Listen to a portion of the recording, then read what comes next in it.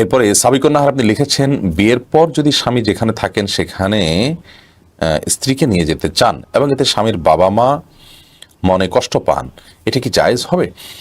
বোন, এই প্রশ্নটি মানে অনেক গুরুত্বপূর্ণ এবং একই সাথে আমাদের জন্য একটু ক্রিটিক্যাল।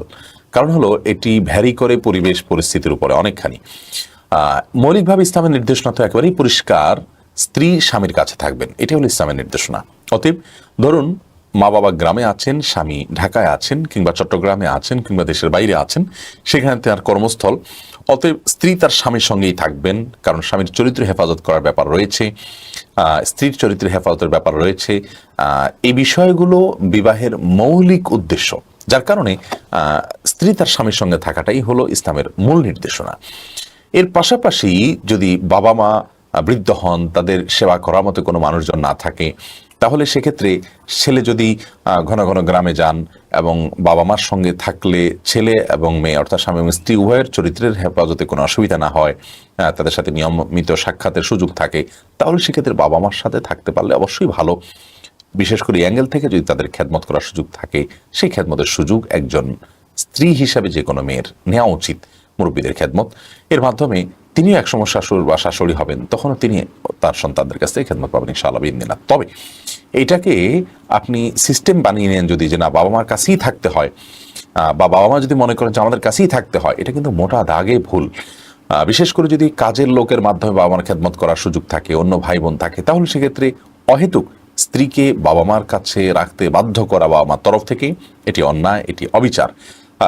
বরং এক্ষেত্রে সমন্বয় থাকা উচিত। যেমন মা বাবাকে মাঝে মধ্যে শহরে নিয়ে আসলেন, স্ত্রীকে মাঝে মধ্যে গ্রামে আপনি নিয়ে গেলেন, আপনি সহ গেলেন, তাদের সেবা করলেন, তাদের পাশে থাকলেন, তারা নাতি নাতিকে আদর করতে মনে চায়, সেই সুযোগটা তাদেরকে দিলেন এবং তাদেরকে আনলেন, আপনারা গেলেন, আর আপনাদের অ্যাবসেন্সে তাদের খেদমতের জন্য লোক রাখলেন। এটা হলো উত্তম সমন্বয় এবং শরিয়াকে সামনে রেখে এটা করলে আপনি আল্লাহ তাআলার কাছে দায়মুক্ত হবেন ইনশাআল্লাহ তাআলা। এর বিপরীতে যদি আপনি একচেটিয়া কাজ করেন, অর্থাৎ আপনি আপনার স্ত্রীকে নিয়ে শহরে থাকছেন, বাবা মা কি করছে না করছে, ভাই ব্রাদার আছেন, অথবা শুধু টাকা পয়সা দিয়ে দিচ্ছেন, না যাচ্ছেন না তাদেরকে আনছেন, তাদেরও তো একটা আবেগ আছে, বৌমা সন্তান নাতি নাতি তাদেরকে আদর করা, সেই সুযোগটার ব্যাপারে অতটা খেয়াল রাখছেন না, জাগতিক ব্যস্ততায় শুধু আপনি আপনার নিজেকে নিয়ে আপনি পড়ে আছেন, এগুলো অনুচিত এবং অন্যায় কাজ। বাবা মার ক্ষেত্রে একটু ব্রড মাইন্ডের হওয়া উচিত যে সন্তান বিশেষ করে বিয়ের পর তার চরিত্র হেফাজতের ব্যাপারটা অনেক গুরুত্বপূর্ণ। অতএব তার সঙ্গে বৌমা থাকবে সেই সুযোগ তাকে করে দেওয়া উচিত, এবং বৌমা এবং সন্তানের সাথে থাকতে তারা অফার করলে সেই ব্যাপারটাতেও বাবা মা আন্তরিকতার সাথে দেখা উচিত। অতএব এক্ষেত্রে উভয়েরই কিন্তু সমন্বয় করার মানসিকতা থাকতে হবে। তবে বাবা মা না বোঝার কারণে আপনার অনেক সময় দেখা যায় পিড়াপিড়ি করেন, সেক্ষেত্রে যতটুকু সম্ভব তাদেরকে আস্থায় আনার চেষ্টা করা উচিত। প্রত্যেক সন্তান জানেন তার বাবা মাকে কীভাবে আস্থা আনার চেষ্টা করবেন। একেবারে যদি কোনোভাবেই করা না যায় আর তিনি নিজের চরিত্র রক্ষা করতে হিমশিম খেয়ে যান, তাহলে বাবা মা এক্ষেত্রে মনে কষ্ট পেলেও তিনি গুনাহগার হবেন না ইনশাআল্লাহ বিদিনা। তবে তার দায়িত্বটা তিনি সঠিকভাবে আদায় করছেন কিনা সেটি তাকে নিশ্চিত করতে হবে। এরপর ইসরাত জেনিথ আমাদের ইউটিউব চ্যানেলে আপনি প্রশ্ন করেছেন, আমার স্বামী খুব ছোটোখাটো বিষয় আমার উপর রেগে যায়, এতে কি আমি তার অবাধ্য হয়ে যাব এবং আমার কি তাতে গুনাহ হবে? বোন ইসরাত, যদি ছোটোখাটো বিষয় আপনার স্বামী রেগে যায় এবং মনে হয় যে এটা তার মানবীয় যে দুর্বলতা আছে সেটির কারণে হয়, ত্রুটির কারণে হয়, আপনার ত্রুটিটা এখানে থাকে না, তাহলে ইনশাআল্লাহ আপনি এটার জন্য অরিড হওয়ার কোনো কারণ নেই, পেরেশান হওয়ার কোনো কারণ নেই। এটার দায়ভার আপনার উপরে বর্তাবে না যদি আপনি নিজের ত্রুটি থেকে মুক্ত থাকেন। অহেতুক ছোটোখাটো ইস্যু যেটা থেকে আসলে মানুষ চাইলেও বাঁচতে পারে না, তারপর তিনি রাগারাগি করছেন, তাহলে বুঝবেন এটা তার সমস্যা, আপনার সমস্যা নয়। তারপরও মানুষ আল্লাহ রাব্বুল আলামিনের প্রিয় বান্দা হওয়ার জন্য নিজেকে আত্মশুদ্ধির মাধ্যমে পরিচ্ছন্ন এবং পবিত্র করার জন্য সবসময় সচেষ্ট থাকবে, আন্তরিক থাকবে। সেই জায়গা থেকে আপনি চেষ্টা করবেন যে আপনার মধ্যে কোনো ত্রুটি আছে কিনা, কোনো বিচ্যুতি আছে কিনা, কোনো খুঁত আছে কিনা সেটা আপনি আবিষ্কার করবেন, এবং আপনি নিজে সবসময় ছোট থাকবেন এবং বিনয়ী থাকবেন এবং নিজের দোষটা আপনি দেখার চেষ্টা করবেন। এর মাধ্যমে আপনি একজন ভালো মুসলিম হতে পারবেন, আল্লাহর প্রিয় বান্দী হতে পারবেন ইনশাআল্লাহ বিইذনিল্লাহ। এবং আপনি যেটাকে দেখছেন যে স্বামী অহেতুক রাগারাগি করছেন, সেটা আদৌ সেরকম কিনা, নাকি এটা আপনার কাছে মনে হচ্ছে বাস্তবে সেটা আপনার কোনো বড় দোষও হতে পারে, সেটি আপনি অন্য কারোর মাধ্যমে একটু ভেরিফাই করেও নিতে পারেন, যাতে করে আপনার কোনো ত্রুটি থাকলে সেটা আপনি কারেকশন করতে পারেন ইনশাআল্লাহ বিদিল্লাহ। যদি আপনি নিজে ডিটারমাইন্ড থাকেন যে আপনার এরকম কোনো সমস্যা নেই, ইনশাআল্লাহ তাআলা তার মাধ্যমে আপনি আল্লাহ রাব্বুল আলামিনের কাছের জন্য কোনো পাকড়াওর মুখোমুখি হবেন না। আল্লাহ তাআলা আপনাকে রক্ষা করবেন এবং হেফাজতে রাখবেন। এরপরে আয়েশা আমির আপনি লিখেছেন, স্বামীকে নিজের বশে রাখার কোনো আমল আছে কিনা? স্বামীকে বশে কেন রাখতে চাচ্ছেন? স্বামীকে বশে রাখলে আমার সব কথা শুনবে এমনটি আমরা চাই বা কামনা করি। পৃথিবীতে মানুষ যা চাইবে তার সব হবে, এমনটি আসলে হওয়ার জায়গা পৃথিবী নয়। এমন জায়গা তো জান্নাত। অতএব বশে রাখার জন্য আমল বলতে আমাদের সমাজে বিভিন্ন রকমের তাবিজ, কবজ, তদবির ইত্যাদির প্রচলন আমরা দেখে থাকি। এগুলো গর্হিত এবং কোনোটি শিরক এবং কুফরি পর্যায় পর্যন্ত নিয়ে যেতে পারে। বিধায় এগুলো কোনো অবস্থাতে করা উচিত নয়।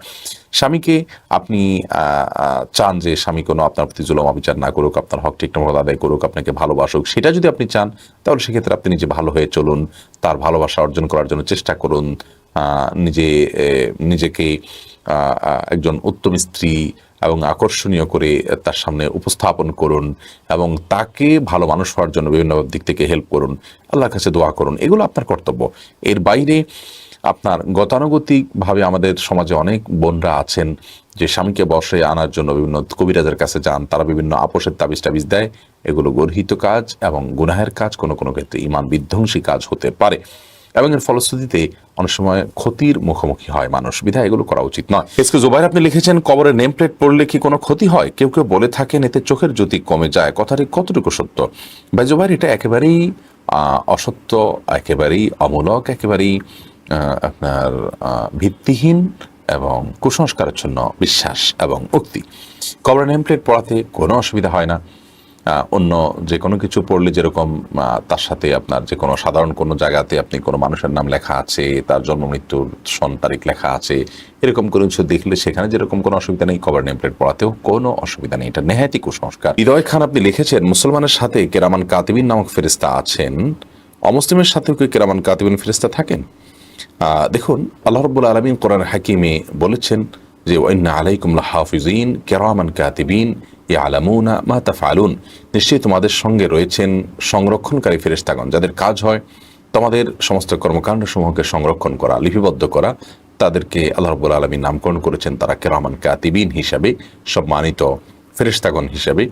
তো এই যে ফেরেশতাগণ যারা বান্দার আমল নামার হিসেব রাখার জন্য বান্দার সঙ্গে থাকেন এবং অলৌকিকভাবে বান্দা সেটা দেখতে পান না, কিন্তু সেটা আল্লাহ তাআলার পক্ষ থেকে নির্ধারিত, যার কারণে তারা থাকেন।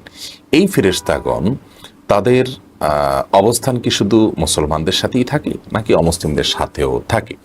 এই প্রশ্নের উত্তরে আমরা যে বিষয়টি বলতে চাই তা হলো, কিরামান কাতিবিন এই ফেরেশতাগণ অমুসলিমদের সাথেও থাকেন বলে অনেক স্কলারগণ মত দিয়েছেন এবং তার সপক্ষে তারা যে দলিল দিয়েছেন সেটা বেশ শক্তিশালী এবং স্ট্রং।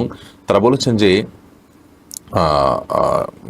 কাল্লা বাল তুকাযযিবুনা বিদ্দীন ওয়া বিয়াউমিদ্দীন, তোমরা কিয়ামতের দিনকে অস্বীকার করো। এটা বলার পরে আল্লাহ তাআলা বলেছেন তোমাদের জন্য সংরক্ষণকারী ফেরেশতারা আছেন, কিরামান কাতিবিন আছেন। এখান থেকে বোঝা যায় যারা আল্লাহকে অস্বীকার করে, পরকালকে অস্বীকার করে, অবিশ্বাসী, কাফির, অমুসলিম, তাদের জন্য সংরক্ষণকারী ফেরেশতারা আছেন। এছাড়া অন্য আয়াতে আছে, আমরা জানি আল্লাহ রাব্বুল আলামিন বলেছেন যে যারা কাফির হবেন তাদের আমলনামা বাম হাতে দেয়া হবে। এই যে আমলনামা দেয়া হচ্ছে, কিরামান কাতিবিন থাকছেন, তাদের সমস্ত আমল সংরক্ষণ করছেন, সেজন্যই তো আমলনামা দেওয়ার প্রশ্ন আসছে। তো এই সমস্ত আয়াতের আলোকে বোঝা যায় যে কিরামান কাতিবিন এটা মুসলমানের সঙ্গে থাকবে, অমুসলিমের সঙ্গেও থাকবে। অমুসলিম তার যে খারাপ কর্মকাণ্ড সমূহ আছে সেগুলোর জন্য তাকে জবাবদিহি করতে হবে আল্লাহ তাআলার সামনে। আবার এর বিপরীতে আপনার অনেক ওলামায়ে কেরাম বলেছেন যে কিরামান কাতিবিন শুধু মুসলমানদের সঙ্গে থাকবে, অমুসলিমদের সাথে থাকবে না। কারণ অমুসলিমদের বিষয়টা তো একেবারেই খোলা আসা, একেবারে পরিষ্কার।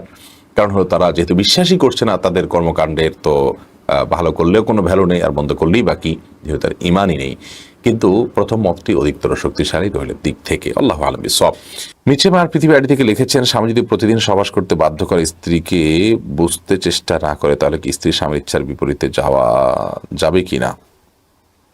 দেখুন, এটা নির্ভর করে পরিস্থিতির উপরে, পরিবেশের উপরে, যে স্ত্রীর সক্ষমতা কতটুকু, স্বামীর চাহিদা, ডিমান্ড কতটুকু, প্রয়োজন নাকি প্রয়োজনের বাইরে কিছু, এই বিষয়গুলো ভ্যারি করে। এগুলো এই ধরনের প্রশ্নোত্তরের সেশনে অনুগ্রহ করে এই ধরনের প্রশ্ন না করার অনুরোধ করছি। এগুলো একান্তে আমরা জেনে নেওয়ার চেষ্টা করবো ইনশাআল্লাহ তাআলা। হুমায়রা রহমান আপনি লিখেছেন, নামাজের সময় কি মহিলাদের পায়ের পাতা ঢাকা আবশ্যক? এ বিষয়ে মতপার্থক্য আছে যে পায়ের তলার অংশ ঢাকতে হবে কিনা সেটা মতপার্থক্য আছে, এবং টাকার নিচের অংশ ঢাকতে হবে কিনা এটার মতপার্থক্য আছে। অনেক রকম বলেছেন ঢাকতে হবে না, অনেক বলেছেন ঢাকতে হবে। ঢাকাটাই নিরাপদ, তবে পায়ের তলাও ঢাকতে হবে, এটি আবশ্যক অবশ্যই নয়। সাইদ বিন আনোয়ার আপনি লিখেছেন, দেড়মোহর স্বামীর পক্ষ থেকে উপহার নাকি স্ত্রীর তালাকের বিপরীতে সুরক্ষা স্বরূপ? এ বিষয়ে অনেক আগে সম্ভবত কোনো একটা লাইভে আমরা প্রশ্ন উত্তর দিয়েছি। দেনমোহর এটা স্বামীর পক্ষ থেকে উপহার স্বরূপ নয়, এবং এটি তালাকের বিপরীতে সুরক্ষার কোনো ব্যবস্থাও নয়, বরং এটি একান্ত স্ত্রীর অধিকার স্বামীর কাছে স্ত্রীর পাওনা।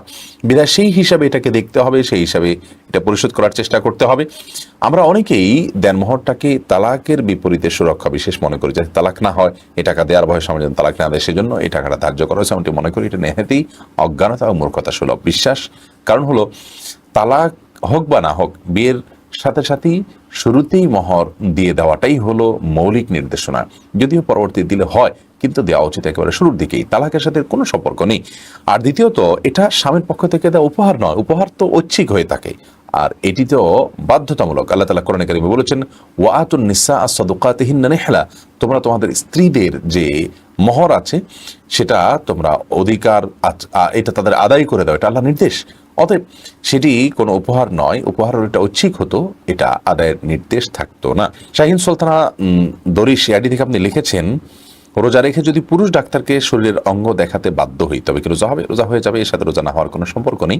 রোজা না হওয়ার সম্পর্ক সুনির্দিষ্ট কিছু কাজের সাথে, যদিও রোজা রেখে পাপের কাজ, গুনাহের কাজ করা উচিত নয় বিশেষভাবে। অন্যান্য সময় যেটা উচিত নয় সেটা এটা আমি আরো গুরুত্বের সাথে মেনে চলা উচিত। অতএব রোজা রেখে পরপুরুষের ডাক্তারকে দেখাতে যদি আপনি বাধ্য হন, ওই রোগের যদি মহিলা কোনো ডাক্তার না থাকে, তাহলে যতটুকু দেখানোর প্রয়োজন হয় ততটুকু যদি দেখান, এ কারণে রোজার কোনো ক্ষতি হবে না ইনশাআল্লাহ তাআলা। তাসলিমা রুনা আপনি লিখেছেন, বাংলাদেশে অনেক গ্রাম সৌদি আরবের সাথে মিল রেখে রোজা ধরে। এরপরের প্রশ্ন হলো, সোহানা আক্তার আপনি লিখেছেন, যদি ফজিলত না জেনেও কোনো আমল করি তাহলে কি সে আমলের সব ফজিলত পাবো? জি, অবশ্যই পাবো ইনশাআল্লাহ। কোনো আমল যদি আল্লাহকে সন্তুষ্ট করার জন্য নবী করিম সাল্লাল্লাহু আলাইহি সাল্লামের বাতানো পদ্ধতি এবং সুন্নাহ অনুসারে আমরা করি, সেটির ফজিলত সবগুলো যদি আমার জানা নাও থাকে, তারপর ইনশাআল্লাহ আমি সব ঠিকই পেয়ে যাব, সেই ফজিলত আমি ঠিকই পেয়ে যাব। তবে ফজিলত জেনে করলে সে আমলটি করার ব্যাপারে এক ধরনের আগ্রহ আমাদের মধ্যে তৈরি হয়, এক ধরনের উদ্দীপনা আমাদের মধ্যে তৈরি হয়, সেই চেষ্টা আমাদের করা উচিত, সেই চেষ্টা এবং সেই প্রচেষ্টা আমাদের অব্যাহত রাখা উচিত। তাহলে সেক্ষেত্রে আমলটা করতে আমাদের অনেক বেশি সহজ হবে। মায়েজউদ্দিন আপনি লিখেছেন, আমার দাঁত দিয়ে এমনিতে মাঝে মধ্যে রক্ত বের হয়, এতে কি রোজা হালকা হবে? মাঝে মধ্যে রক্ত বের হয়, যদি রক্ত বের হয় আপনি এটা টের পান, তাহলে থুতুর ফেলে সে রক্ত বা কুলি করে রক্তটাকে পরিষ্কার করে ফেলবেন, বাস। এতে আপনার দায়িত্ব আপনি আদায় করে ফেললেন, এর ফলে রোজা হালকা হওয়ার কোনো ইস্যু না। বিশেষ করে এটি যখন আপনার হাতেই নয়, অতএব রোজা হালকা হওয়ার তো প্রশ্নই ওঠে না।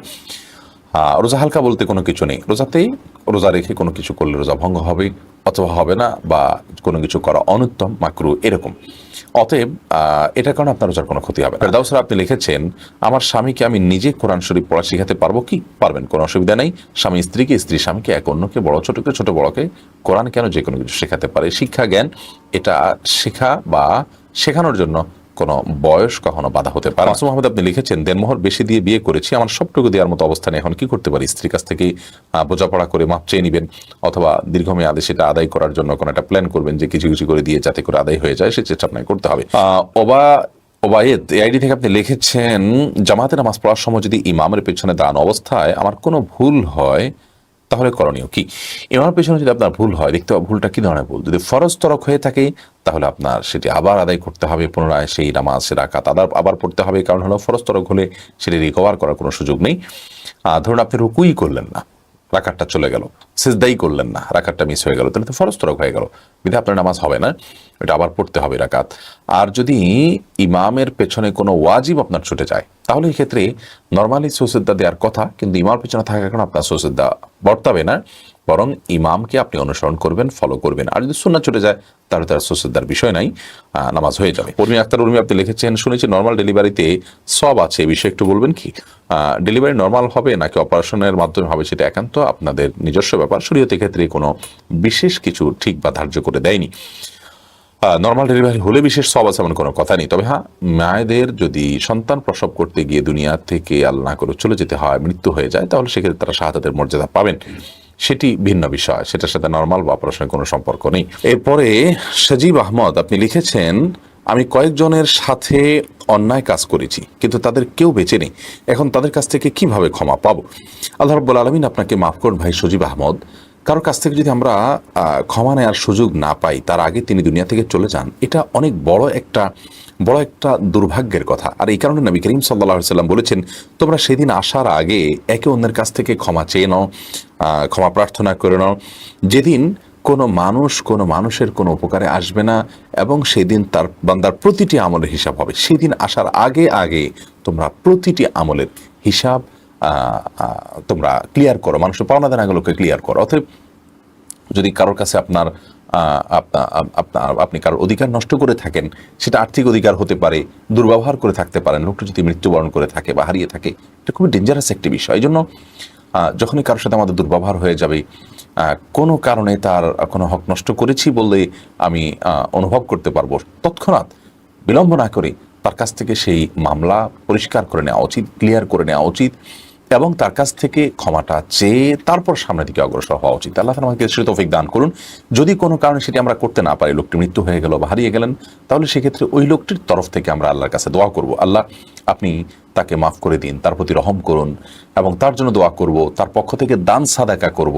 এগুলোর মাধ্যমে আশা করা যায় আল্লাহ রাব্বুল আলামিন আমাদেরকে মুক্ত করবে। বিশেষ করে আর্থিক অধিকার যদি নষ্ট করে থাকি, তাহলে সেক্ষেত্রে তার ওয়ারিসরা বেঁচে থাকলে তাদের কাছে এটা পৌঁছে দিব।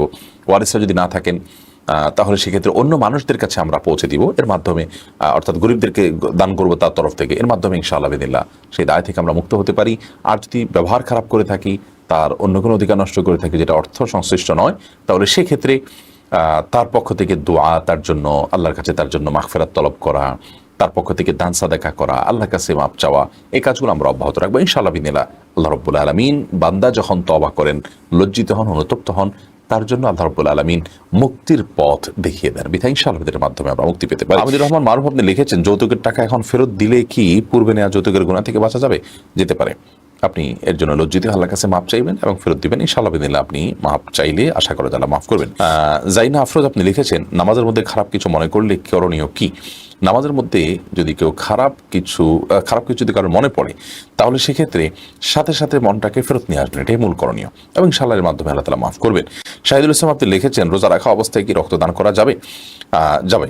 রোজা রাখা অবস্থা বা রক্তদান করার ফলে আপনি অসুস্থ হয়ে রোজা ভেঙে ফেলতে হতে পারে, এরকম পর্যায়ে যাওয়ার আশঙ্কা যদি না থাকে, নর্মালি যদি একজন স্বাভাবিক সুস্থ মানুষ থাকেন, কোনো অসুবিধা নেই, তাতে রোজা রাখা অবস্থায় আপনি এটা করতে পারেন। ইসরাত জাহান পারভীন আপনি লিখেছেন, ফরজ নামাজে ভুল হলে কি সৌজদা দিব নাকি নামাজ ভেঙে আবার নতুন করে পড়বো? যদি ওয়াজিব তরক হয়, ওয়াজিব ছুটে যায়, তাহলে সেও দিবেন। যদি ফরজ ছুটে যায়, তাহলে ওই নামাজ আপনাকে আবার পড়তে হবে। আর যদি সুন্নত ছুটে, তাহলে তো কিছুই বিশেষ করার নেই। এই জন্য ফরজ কোনটা, ওয়াজিব কোনটা, সুন্নত কোনটা, সেটা আপনাকে জানতে হবে। শারমিন নাইম আপনি লিখেছেন, নামাজ পড়ার সময় যদি দেখি কোনো শিশু পড়ে গিয়ে ব্যথা পেতে পারে, তাহলে কি নামাজ ছেড়ে তাকে ধরতে পারবো? যদি দেখেন যে সে ক্ষতিগ্রস্ত হতে পারে, বড় ধরনের ক্ষতিগ্রস্ত, বিশেষ করে জীবন হুমকির মধ্যে পড়তে পারে, এরকম পরিস্থিতি হলে অবশ্যই নামাজ পড়ে আপনি তার জীবন রক্ষা করবেন। শিশু শুধু নয়, যে কোনো মানুষের ক্ষেত্রে প্রযোজ্য। ধরুন আপনি নামাজে দাঁড়িয়েছেন, একজন মানুষ পানিতে পড়ে গেছেন, তিনি সাঁতার জানেন না, তিনি ডুবে মৃত্যুর মুখে পতিত হতে পারেন, আপনি তাকে বাঁচানোর সুযোগ আছে, তাহলে আপনি নামাজ ছেড়ে দিয়ে তাকে বাঁচাতে হবে। এটার ব্যাপারে সমস্ত ফুকাহে কেরাম একমত। ঠিক একইভাবে একটা শিশু, সে যদি কোনো বিপদের মুখে পড়তে যাচ্ছে, আপনি দেখতে পাচ্ছেন যে মৃত্যুর মুখে পতিত হতে পারে, বড় ধরনের বিপদ হতে পারে, আপনি নামাজ ত্যাগ করে তাকে ধরতে পারেন, কোনো অসুবিধা নেই। আর যদি হালকা পাতলা ব্যথা পেয়েছে, মনে হয় যে অন্য কেউ হয়তো ধরবে, হয়তো একটু কান্নাকাটি করে ঠিক হয়ে যাবে, তাহলে সেক্ষেত্রে আপনি নামাজ ছেড়ে তাকে ধরা উচিত নয়। আপনি নুরুল আলম আপনি লিখেছেন, মাজার কেন্দ্রিক মসজিদে নামাজ পড়লে কি নামাজ হবে? মসজিদের ভেতরে যদি কবর থাকে, মসজিদের মধ্যেই যদি কবর থাকে, তাহলে সেই মসজিদে নামাজ পড়া নিষেধ। নবী করিম সাল্লাল্লাহু আলাইহি সাল্লাম বিভিন্ন হাদিসে বলেছেন যে নবীদের কবরগুলোকে ইহুদি খ্রিস্টানরা মসজিদ বানিয়েছে, সেগুলোকে নামাজ পড়ার জায়গা বানিয়েছে, আমরা যেন সেই কাজটি না করি। তিনি বিভিন্নভাবে আমাদেরকে সাবধান করেছেন। বিধায় কোনো মসজিদে যদি আপনার কবর থাকে, তাহলে সে মসজিদে নামাজ পড়বেন না, অন্য কোনো মসজিদে নামাজ পড়বেন। আর যদি মসজিদের আশেপাশে কবর থাকে, ধরুন মসজিদের উত্তর দিকে বা দক্ষিণ দিকে বা মসজিদের যে মূল ওয়াল, এটার বাইরে কোনো কবর টবর থাকে, সেখানে যদি মানুষ সিজদাও করে, মসজিদের মধ্যে যদি কোনো ইমাম সাহেব নিজে শিরকে লিপ্ত না থাকেন, তাহলে সেই মসজিদে আপনি জামাতে শামিল হলে আপনার জামাতে সওয়াব পাবেন এবং আপনার দায়িত্ব থেকে আপনি মুক্ত হতে পারবেন ইনশাআল্লাহ তাআলা। মাসুমা আক্তার আপনি লিখেছেন, সৌসেদ্দা দিতে ভুলে গেলে করণীয় কি? যখন স্মরণ আসবে তখন দিয়ে দিবেন। আর যদি আপনি সালাত শেষ করে অন্যদিকে হাঁটাচলা করছেন তারপরে মনে হয়েছে, তাহলে সেক্ষেত্রে আপনি আবার সে নামাজ পড়বেন। আর আরাফাত রহমান আপনি লিখেছেন, মাস ব্যক্তি প্রথম বৈঠক কি শুধু তাশাহুদ পড়বে নাকি কিছুই না পড়ে চুপচাপ থাকবে? প্রথম বৈঠকে মাসুক ব্যক্তি তাশাহুদ পড়বেন, ইমামের সাথে, ইমামের শেষ বৈঠক যেটা, সেই বৈঠকটাতে তিনি ইমাম সালাম ফেরাবেন, তিনি তো দাঁড়িয়ে যাবেন, তার যে ছোট জায়গা রাকাতগুলো আছে সেগুলো আদায় করার জন্য তিনি বসে বসে তাশাহুদ পড়তে থাকবেন। এক্ষেত্রে কয়েকটা মতই আছে ওলামা একরামের। একটা মত হলো যে তাশাহুদের শেষ অংশটা বারবার পড়তে থাকবেন, আশহাদু আল্লা ইলাহা ইল্লাল্লাহ ওয়া আশহাদু আন্না মুহাম্মাদান আবদুহু ওয়া রাসূলুহু। আর আরেকটা হলো যে আপনি চারে দুরুদ পড়তে পারেন অ্যাজ ওয়াল, সবকিছু আপনি পড়লেন, শুধুমাত্র সালামটা ফেরালেন না। এর দ্বিতীয় মত। আরেকটি মত হলো যে আপনি তাশাহুদ পড়ে আপনি বসে থাকলেন। তিনটির যে কোনোটি করতে পারেন, বিশেষ করে প্রথম দুটি অর্থাৎ তাশাহুদের শেষ অংশটা বারবার পড়তে থাকলেন এটি আপনি করতে পারেন একদম অবসর বসে না থেকে। এরপরে যখন ইমাম সালাম ফিরালেন তখন আপনি দাঁড়িয়ে গেলেন অথবা দুরূদ পড়লেন, সেটা আপনি করতে পারেন, কোনো অসুবিধা নেই।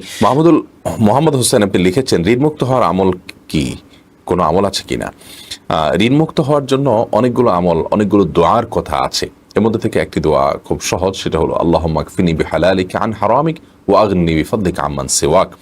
আল্লাহ, আপনি আমাকে হারাম এর পরিবর্তে হালাল দিয়ে আমার জন্য আপনি যথেষ্ট হয়ে যান, হালাল যেন আমার জন্য যথেষ্ট হয়ে যায়, এবং আপনি ছাড়া অন্য কারোর উপর যেন আমাকে নির্ভর করতে না হয়, আপনি তার থেকে আমাকে অমুখাপেক্ষী করে দিন।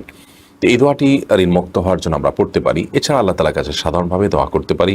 বিভিন্ন দোয়া আছে, আল্লাহুম্মা ফারিজাল হাম, দীর্ঘ একটা দোয়া আছে। এই দোয়াগুলো আমরা ঋণমুক্তির জন্য আল্লাহর কাছে বিশেষভাবে পেশ করতে পারি। তাছাড়া আরেকটা দোয়া আছে, আল্লাহুম্মা ইন্নী আউযু বিকা মিনাল হাম্মি ওয়াল হাযান ওয়া আউযু বিকা মিনাল আজজি ওয়াল কাসাল ওয়া আউযু বিকা মিন গালাবাতিদ দাইনি ওয়া কাহরির রিজাল। এই দোয়ার শেষ অংশের অর্থ হলো ওয়া আউযু বিকা মিন গালাবাতিদ দাইন, আল্লাহ, ঋণের প্রাবল্য, ঋণের প্রাধান্য, যেটার কারণে আমার ঋণের বোঝা আমি নুয়ে পড়ি, এটা থেকে আমি আপনার কাছে পানাহ চাই। ওয়া কাহরির রিজাল, এবং মানুষজন আমার উপরে চড়াও হয়, এরকম কোনো পরিবেশ পরিস্থিতির মুখোমুখি হওয়া থেকে আমি আপনার পানাহ চাই। তো এই দোয়াটাও আমরা পড়তে পারি। ঋণ মুক্তির জন্য অনেকগুলো দোয়াই আছে, আমরা সেগুলো অনুসরণ করতে পারি ইনশাআল্লাহ বিদিনিল্লাহ। আমরা এটার উপর ভিন্ন কোনো একটা স্বতন্ত্র ক্লিপে কথা বলার চেষ্টা করবো, আল্লাহ তাআলা তৌফিক দান করে। বিন্দুকোণ আপনি লিখেছেন, সুন্নতে খাতনা করা উপলক্ষে কেউ খাবার পাঠালে সে খাবার খাওয়া জায়েজ হবে কিনা? জি, জায়েজ হবে। এটাকে কেউ ইবাদত মনে করে বা সওয়াবের কাজ মনে করে যদি করেন তাহলে সেটা অনুচিত কাজ হবে। বাট এমনিতে খাতনাকে কেন্দ্র করে আপনার বাচ্চার খাতনা হলো, সেই হিসাবে সে উপলক্ষে আত্মীয় স্বজন খাওয়ালো বা নিজেরা একটু উৎসব করলো, এটাকে ইবাদত হিসাবে করলো না, নিজেদের পারিবারিক বা ঘরোয়াভাবে কেউ কোনো কিছু করলো, সেটা দিল, সেটা আপনি খেতে পারেন। বাট এটাকে যদি ইবাদতের ফরম্যাটে নিয়ে যাওয়া হয়, ইবাদত মনে করা হয়, সেটা দোষণীয়। শাহিদা আক্তার আপনি লিখেছেন, সন্তানের উপর মা বাবারও কি নজর লাগতে পারে, এ থেকে কিভাবে বাঁচবো? হ্যাঁ, মা বাবারও বদনজর লাগতে পারে। এই বদনজর থেকে বাঁচার উপায় হলো, আপনি কোনো শিশুকে বা কোনো মানুষকে বা যে কোনো কিছু দেখার পর আপনি খুব বেশি অভিভূত হয়ে গেলেন, খুব বেশি অভিভূত হয়ে আপনার নজরের মধ্যে রাক্ষসে ভাব চলে এলো, এর ফলশ্রুতিতে ওই ব্যক্তি বা বস্তু ক্ষতিগ্রস্ত হতে পারেন, যেটাকে বদনজর বলা হয়। হাদিস দ্বারা এটি সুসাব্যস্ত, সুপ্রমাণিত, এবং এটি আমাদের অভিজ্ঞতা দ্বারাও প্রমাণিত। তো এরকম পরিস্থিতিতে আপনার বদনজর থেকে যেন কোনো ব্যক্তি, বস্তু, শিশু বা কেউ ক্ষতিগ্রস্ত না হয়, সেজন্য দেখার পর আপনি অভিভূত হয়ে গেলে আপনি আল্লাহর বরকতের কথা বলবেন। এবং হাদিসে যেটা বলা হয়েছে সেটার বিবরণ হলো এরকম, যে ওটা দেখার পর আপনি যদি বলেন তাবারাকাল্লাহ, আল্লাহ বরকতময়, অর্থাৎ কল্যাণ দেওয়ার ক্ষমতা সব পুরোপূর্ণ আল্লাহ তাআলার, অর্থাৎ এই কল্যাণকে আল্লাহ দিকে সম্বোধন করে দিলেন। অথবা পুরোপুরি আপনি এভাবে বলতে পারেন মাশা আল্লাহ তাবারাকাল্লাহ, তাহলে সেক্ষেত্রে আর আপনার বদনজর দ্বারা ওই ব্যক্তি বা বস্তু ক্ষতিগ্রস্ত হবে না। তাহলে কোনো বস্তু দেখে অভিভূত হলে আপনি তাবারাকাল্লাহ, আল্লাহ বরকতময়, এটি বললে সেই ব্যক্তি বা বস্তু ক্ষতি থেকে বেঁচে থাকবে, এবং আপনি চাইলে মাশা আল্লাহ তাবারাকাল্লাহ বলতে পারেন। এই জন্য কোনো ব্যক্তি কোনো বস্তু দেখে বদনজর লাগতে পারে মনে হলে মানুষের, তাহলে সে বস্তুর উপরে আপনি মাশাআল্লাহ তাবারাকাল্লাহ এই জন্য লিখে দিলেন যাতে এটা দেখে মানুষ এটা পড়ে, তাহলে বদনজর থেকে আপনি রক্ষা পেতে পারেন। সেটা আপনি করতে পারেন, জাস্ট একটা উপায় হিসাবে, যেন মানুষ বদনজর না দিয়ে ওই জিনিসটা পড়ে। বাকি এটা লিখে দিলে অটোমেটিকলি বদনজর থেকে বেঁচে যাবেন, ব্যাপারটি সেরকম কিন্তু নয়। ওইটা যিনি বদনজর যার হতে পারে সেই পড়লে বদনজর আর লাগবে না। অতএব মা বাবা সন্তানকে দেখে বদনজর হতে পারে এরকম মনে হলে তারা মাশাআল্লাহ তাবারাকাল্লাহ পড়বেন। এরপরে নওশিন আক্তার আপনি লিখেছেন, নামাজের সময় খুব হাই উঠলে কি করা উচিত?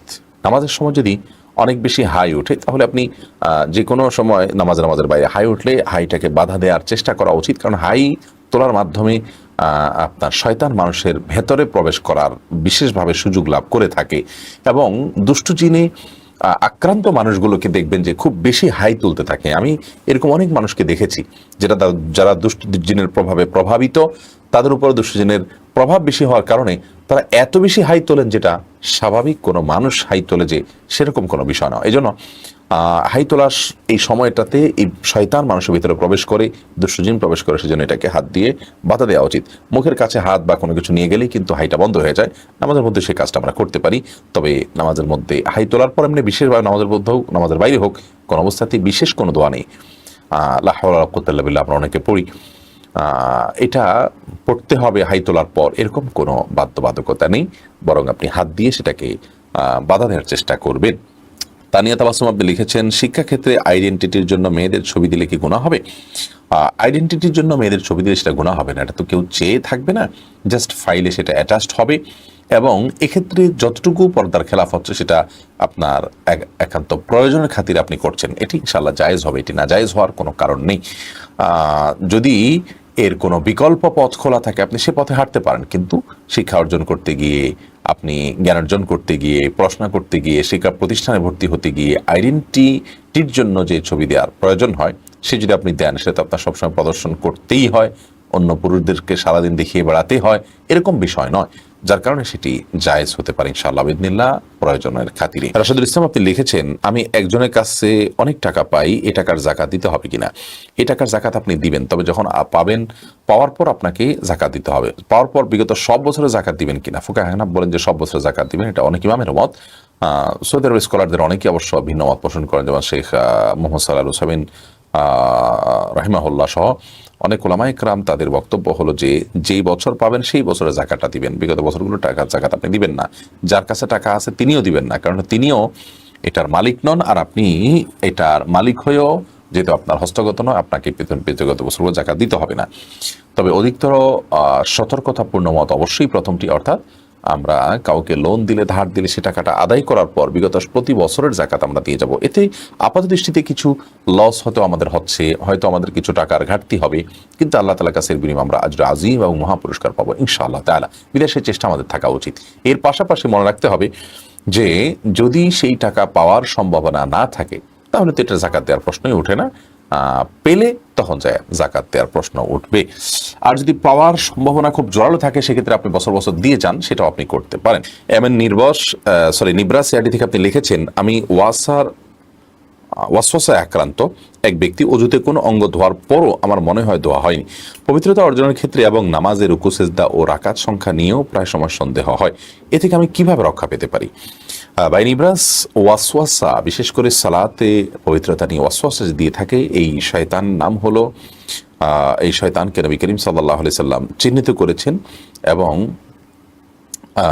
এই শয়তান মানুষকে বিভিন্নভাবে, খিনজাব এর নাম হলো খিনজাব, বিভিন্নভাবে মানুষকে কুমন্ত্রণা দিয়ে থাকে, সাধারণত বাম দিক থেকে দিয়ে থাকে। যদি বাম দিক থেকে দিয়ে থাকে এরকম আপনি এই ওয়াসওয়াসা যদি আপনি ফিল করেন, তাহলে সেক্ষেত্রে বাম দিকে আপনি 3 বার থুতু ফেলবেন, জাস্ট জিব্বার আগা যে আপনার শুয়ের মাথায় যে পরিমাণ পানি থাকে ওই পরিমাণ থুতু, অর্থাৎ জাস্ট থুতু করা আর কি। এর মানে এই যে অনেকগুলো থুতু ফেলতে হবে এরকম কোনো বিষয় না। থুতু নিক্ষেপ করলেন বাম দিকে 3 বার এবং আমানতু বিল্লাহি ওয়া রাসূলিহি পড়লেন, আউযু বিল্লাহি মিনাশ শাইতানির রাজিম পড়তে পারেন। এগুলোর মাধ্যমে ইনশাআল্লাহ আপনি ওয়াসওয়াসা থেকে মুক্ত হবেন। আর ওয়াসওয়াসা শয়তান যখন দেয় তখন সেটাকে পাত্তা না দেওয়া, কোনো প্রকার গুরুত্ব না দেওয়াটা, কেয়ার না করাটা কিন্তু এই ওয়াসওয়াসা থেকে মুক্তির অন্যতম মাধ্যম। বিদেশি চেষ্টা আমাদের করতে হবে ইনশাআল্লাহ তাআলা। এরপরে সিঙ্গার মাসুদ জ্যাকসন এআইডি থেকে আপনি লিখেছেন, রোজা থাকাকালীন নখ বা চুল কাটা যাবে কিনা? রক্ত বের হলে রোজা হবে কিনা? চুল বা নখ কাটা যাবে এবং রক্ত বের হলে রোজা হবে, কোনো অসুবিধা নেই। রক্ত যদি অনেক বেশি বের হয় শরীর থেকে, যে দুর্বল হয়ে গেছেন আপনার, যার ফলে রোজা আপনি কন্টিনিউ করতে পারছেন না, সেটা তো আরেক বিষয়। এমনিতে রক্ত বের হলে বা রক্ত নিলেন সিরিঞ্জ দিয়ে কোনো প্রয়োজনে, তো এর কারণে কোনো রোজা ভঙ্গ হবে না, নখ বা চুল কাটার কারণেও রোজা ভঙ্গ হবে না। এরপরে রেদওয়ানুল ইসলাম আপনি লিখেছেন, রোজা অবস্থায় ঘুমালে রোজার কি কোনো সমস্যা হয়? অনেকে বলে থাকেন এতে নাকি রোজা হালকা হয়ে যায়। না, এটা আমাদের নিজেদের ধারণা যে রোজা অবস্থায় ঘুমালে রোজা হালকা হয়ে যায়। রোজা হালকা হওয়ার কোনো অপশন নেই, বিশেষ করে ঘুমানোর মাধ্যমে রোজা হালকা হওয়ার কোনো সুযোগ নেই। তবে হ্যাঁ, আমাদের দিন এবং রাত রমাদানের প্রতিটা সময় গুরুত্বপূর্ণ। সেজন্য একেবারে অহেতুক অলস ঘুমিয়ে এবং শুয়ে শুয়ে কাটানো এটা রমাদান মাসের যে তাৎপর্য সেটার পরিপন্থী কাজ। সেই হিসাবে এই কাজটা অনুত্তম কাজ, ভালো কাজ নয়। কিন্তু কোনো কারণে ধরুন কেউ শুয়ে থাকতে হলো, তিনি রাতভর জেগেছেন, সেজন্য দিনে তিনি শুয়ে রয়েছেন, তাহলে এটার কারণে তার রোজার কোনো ক্ষতি হবে না এবং কোনো ফজিলতের কোনো ঘাটতি বা কমতি হবে না ইনশাআল্লাহ তাআলা। আমি মাসুদ, আপনি লিখেছেন কোনো অসুখ সারাতে গাছের শিকড় বাকড় ওষুধ হিসেবে খাওয়া যাবে কিনা? যদি কোনো শিকড় বাকড়ের রস, কষ ইত্যাদিতে কোনো প্রকার ঔষধি উপাদান আছে, সেটা অভিজ্ঞতা দ্বারায়, গবেষণা দ্বারায় কোনোভাবে প্রমাণিত হয়, গবেষণা দ্বারা না হলে অভিজ্ঞতা দ্বারা প্রমাণিত হয়, অনেক সময় অভিজ্ঞতা দ্বারা দেখা যায় যে অমুক গাছের রস, পাতার রসটা অমুক রোগের জন্য ঔষধ হিসাবে কাজ করে, এটা অভিজ্ঞতা দ্বারা প্রমাণিত। অনেকেই এটা আপনার ট্রাই করেছেন, দেখেছেন ঠিক মতো এটা কাজ করে আলহামদুলিল্লাহ। এরকম অভিজ্ঞতার ভিত্তিতে কিংবা গবেষণার ভিত্তিতে যদি প্রমাণিত হয়, অবশ্যই আপনি ছাল বাকল এগুলোকে ওষুধ হিসাবে ব্যবহার করতে পারেন। তবে যদি আমরা এটাকে ঝুলিয়ে রাখি, যে শরীরে ঝুলিয়ে রাখলে অটোমেটিকলি ওষুধ ভালো হবে, অসুখ ভালো হবে। অনেকে স্বপ্নে দেখেন যে অমুক গাছের ছাল বাকল, টুকরা, পাতা, এটা সেটা এগুলো ঝুলিয়ে রাখলে, মাদুলির মধ্যে ভরে রাখলে মানুষ সুস্থ হয়ে যায়। এটি নেহায়েতি কুসংস্কার এবং এটি অবশ্যই একজন ইমানদারের বর্জন করা উচিত। সাহাবা ইকরাম কোন একটা যুদ্ধে একবার দেখলেন যে কাফিররা কোন একটা গাছে বা কোনো কিছুতে তরবারি ইত্যাদি ঝুলিয়ে রাখে, মনে করে যে এর মাধ্যমে এই তরবারি দিয়ে যুদ্ধ করলে যুদ্ধে জয়লাভ করবে। নবী করিম সাল্লাল্লাহু আলাইহি ওয়াসাল্লামের কাছে তারা কেউ সাহাবা ইকরামের মধ্যে কেউ মুসলমানদের কেউ না বোঝার কারণে বলেছিলেন যে আমাদের জন্য কোনো গাছ নির্ধারণ করে দেওয়া যায় কিনা, যেখানে এটা ঝোলালে সেখান থেকে আমরা এই তরবারি নিয়ে যুদ্ধ করলে সেখানে আমরা জয়ী হব। নবী করিম সাল্লাল্লাহু আলাইহি ওয়াসাল্লাম রাগান্বিত হলেন এবং আল্লাহ তাআলার কাছে সাহায্য প্রার্থনার কথা বললেন এবং কোনো গাছ নয়, অন্য কোনো কিছুর আশ্রয় নয়, সেই শিক্ষা তিনি দিলেন। অতএব ছাল বাকল এগুলোকে ঝুলিয়ে রাখলে কোনো লাভ হয়ে যাবে, উপকার হয়ে যাবে না, এটা বৈজ্ঞানিকভাবে বা গবেষণাগতভাবে প্রমাণিত না, এটা অভিজ্ঞতা দ্বারা প্রমাণিত, এটা নেহায়েতি কুসংস্কার বিধায় এরকম কিছু হলে জায়েজ হবে না। আব্দুল্লাহ এই আইডি থেকে আপনি লিখেছেন, বর্তমানে কেউ কাউকে টাকা ধার দিতে চায় না, এমনকি নিকট আত্মীয়রাও না। অবস্থায় জরুরি প্রয়োজনে আমি কি ব্যাংক অথবা এনজিও থেকে লোন নিতে পারবো? যদি কেউ ধার না দিতে চায় এবং লোন ওঠানো বৈধ না হয়, এই পরিস্থিতির শরীরের মোতাবেক আমার বিকল্প সমাধান কি? দেখুন, লোন আপনি কেন নেবেন? আপনার ব্যবসাকে সম্প্রসারিত করবার জন্য, আপনি বিদেশ গমনের জন্য কিংবা অন্য কোনো কিছুর জন্য। এটা ছাড়া যে আপনি মরে যাবেন অথবা আপনার জীবন বিপন্ন হয়ে যেতে পারে, ব্যাপারগুলো সেরকম বেশিরভাগ ক্ষেত্রে নয়। অতএব যদি সুদী লোন নিতে আপনি বাধ্য হন, নিরুপায় হন, তাহলে এই নিরুপায় হওয়ার বিষয়টি আপনার জন্য অনুমোদিত হবে, এর কারণে আপনার গুনাহ হবে না। তখন যদি আপনি সুদী লোন না নিলে আপনার জীবন হুমকির মধ্যে পড়ে যায়, সেই লেভেলের সমস্যা যদি হয়, সচরাচর এত জটিল পর্যায়ে এসে মানুষ সুদী লোন নেয়, ব্যাপারটা এরকম নয়। হোম লোন বলুন বা আপনার ব্যবসায়িক লোন বলুন কিংবা অন্য কোনো লোন বলুন, বেশিরভাগ লোনগুলো হয়ে থাকে আমাদের এমন যে এগুলো আমাদের জন্য প্রয়োজন, ঠিক আছে, বাট এটা ছাড়া যে আমি একেবারে মরে যাবো ব্যাপারটা সেরকম না, হয়তো এটা না নিলে আমাদের একটু কষ্ট হবে, এতটুকু। তো এতটুকু কষ্ট তো আল্লাহ রাব্বুল আলামিনের বিধিবিধানগুলো মানতে গিয়ে আমাকে করতেই হবে, যার বিনিময়ে তো আমি জান্নাত পাবো ইনশাআল্লাহ তাআলা। এই জন্য এটুকু সবর করতে হবে। আর আপনজনরা যে লোন দেয় না, সেটার দুটি কারণ। প্রথমত, আজকাল আমরা অনেক বেশি বস্তুবাদী হয়ে গেছি, ভোগবাদী হয়ে গেছি। আমার কি লাভ, এই হিসেব কষি আমরা প্রত্যেকটা মানুষ, এই হিসেব ছাড়া আমরা কোনো কিছুই করতে চাই না। এটা হলো প্রথম বিষয়। দ্বিতীয় বিষয় হলো লোনের যে অর্থ, এটা অনেক মানুষ আছে, বরং সমাজের বেশিরভাগ মানুষ একবার লোন নিতে পারলে তিনি আটকে দেন এবং আর দিতে চান না। এই কারণে মানুষ লোন দিতে নিরুৎসাহিত হয়ে থাকে। এই জন্য যারা লোন নিয়ে থাকেন তারা দেয়ার ব্যাপারে, পরিশোধ করার ক্ষেত্রে সৎ মানুষ হওয়ার চেষ্টা করা উচিত। নবী করিম সাল্লাল্লাহু আলাইহি ওয়াসাল্লাম বলেছেন, খিয়ারুকুম আহসানুকুম কাদা, হাদিসটি বুখারীতে বর্ণিত হয়েছে, তোমাদের সবচেয়ে ভালো মানুষ ওই ব্যক্তি যে ব্যক্তি লোন, ধার দেনা, বাকি ইত্যাদি নিলে এগুলো পরিশোধ করার ক্ষেত্রে তিনি ভালো মানুষের পরিচয় দেয়, টাইমলি পরিশোধ করে এবং ওয়াদা রক্ষা করে। অতএব এক্ষেত্রে যারা লোন দিতে চাচ্ছেন না, তাদের যেমন দুনিয়ার মোহ আছে এবং আল্লাহ তাআলার সন্তুষ্টি অর্জন করার যে প্রয়োজনীয়তা আছে, সেই চেতনার ঘাটতি আছে, দুর্বলতা আছে।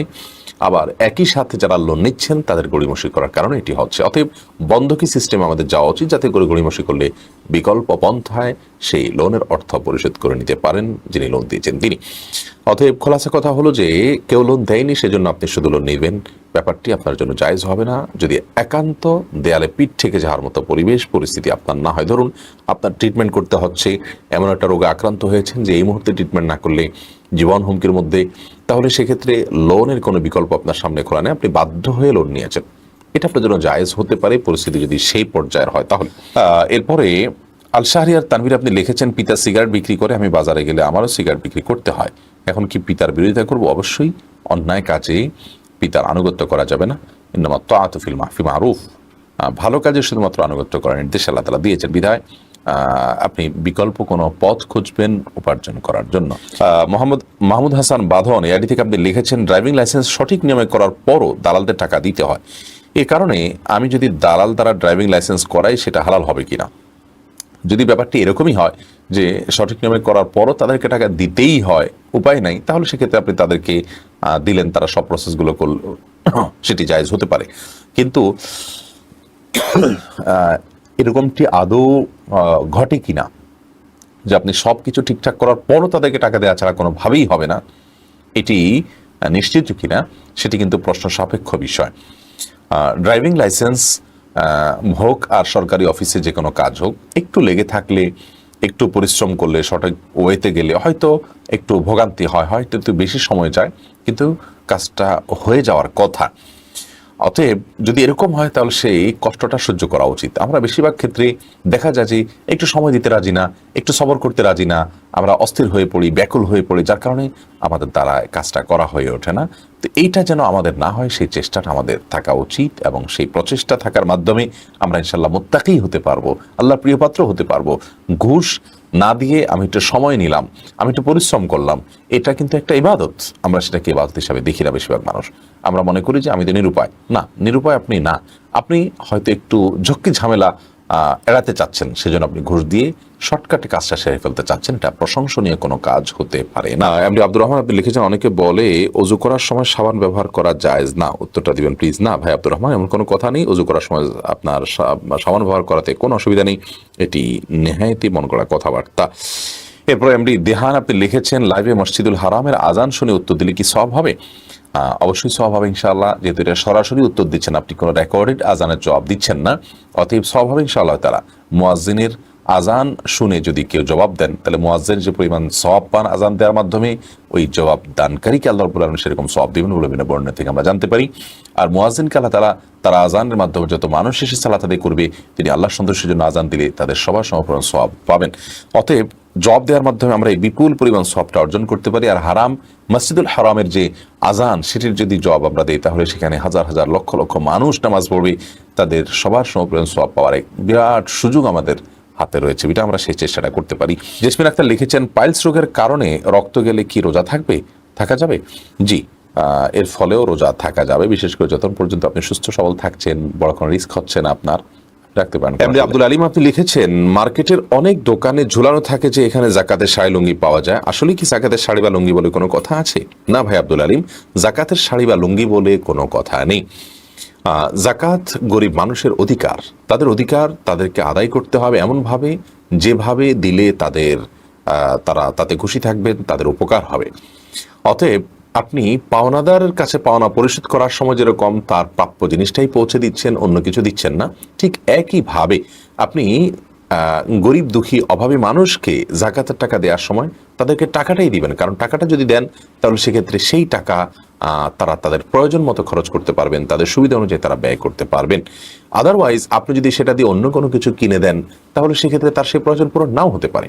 ধরুন আমি আপনার কাছে 200 টাকা পাবো, আপনি সেই 200 টাকা না দিয়ে বাজারে গিয়ে আমাকে 1 কেজি আপেল কিনে দিলেন 200 টাকা দিয়ে, তাহলে এর মাধ্যমে কিন্তু আপনি ঋণ পরিশোধটা যথাযথভাবে আদায় করতে পারলেন না, কারণ আমার টাকা দিয়ে আমি কি আপেল কিনবো না অন্য কিছু কিনবো, এটা এখন তো আমার ব্যাপার, আপনি টাকা দিয়ে দেওয়ার মানে টাকা দিবেন। অতএব যাকাত সম্পর্কে আল্লাহ বলেছেন, ওয়াফি আমওয়ালিহিম হাক্কুল লিসাইলিল মাহরুম, ধনীদের সম্পদে গরিব, অভাবী এবং বঞ্চিতদের অধিকার রয়েছে। অতএব সে অধিকার আমরা আদায় করি, তাদের পাওনা, এটা তাদের প্রাপ্য, অতএব আমাদেরকে আদায় করে দিতে হবে। আমি আদায় করার ক্ষেত্রে আমি শাড়ি লুঙ্গি কিনে দিলাম, আমাকে রাইট কিন্তু ইসলাম দেয়নি, আমি তাকে ক্যাশ টাকা দিব, জিনিসটা দিয়ে কী করবেন না করেন একান্ত তার ব্যাপার। হ্যাঁ, তিনি যদি একটু সহজ সরল প্রকৃতির মানুষ হন, বোকাশোকা মানুষ হন, অথবা তার যে প্রয়োজন আছে সেই প্রয়োজনটা পূরণ করার জন্য ক্যাশ টাকা দিলে তিনি নষ্ট করে ফেলবেন, এরকম হয়, তাহলে সেই ক্ষেত্রে তার প্রয়োজনটা চিহ্নিত করে তার প্রয়োজনটা আমি পূরণ করে দিতে পারি। ধরুন তার একটা মেশিন দরকার, মেশিনটা আমি কিনে দিলাম, তিনি সঠিক মেশিন কিনতে নাও পারেন, সেজন্য এক্ষেত্রে তার সহযোগিতা হলো, এটি হতে পারে যাকাতের টাকা দিয়ে। বাট আমাদের দেশে এই যে শাইলুঙ্গি দেওয়ার যে প্রবণতা আছে, এটি কোনো অবস্থাতেই সঠিক কোনো কাজ নয়। শাইলুঙ্গি তার প্রয়োজন আছে, আপনি কিভাবে বুঝলেন?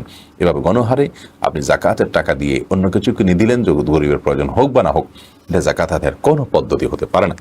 তাছাড়া আল্লাহ তাআলা বলেছেন, লান তানালুল বিররা হাত্তা তুনফিকু মিম্মা তুহিব্বুন, তোমরা আল্লাহ রাব্বুল আলামিনের কাছে কল্যাণ অধিকারী ততক্ষণ পর্যন্ত হতে পারবে না যতক্ষণ পর্যন্ত তোমাদের পছন্দের এবং প্রিয় বস্তুটি আল্লাহ রাস্তায় দান না করবে। অতএব শাই লুঙ্গি, যেটা আমরা জাকাতের শাই নামে দিচ্ছি, লুঙ্গি নামে দিচ্ছি, এটা অত্যন্ত বাজে কোয়ালিটির, যেটা এক ধোয়াতেই বা দু চার ধোয়াতেই ধ্বংস হয়ে যায়, নষ্ট হয়ে যায়, কালার ডিসকালার হয়ে যায় ইত্যাদি। তো এরকম খারাপ জিনিস আল্লাহকে খুশি করার জন্য দেয়া কোনো অবস্থাতেই উচিত নয়, জায়েজ নয়। বিধায় এই কালচার এবং সংস্কৃতি থেকে আমাদেরকে বেরিয়ে আসতে হবে।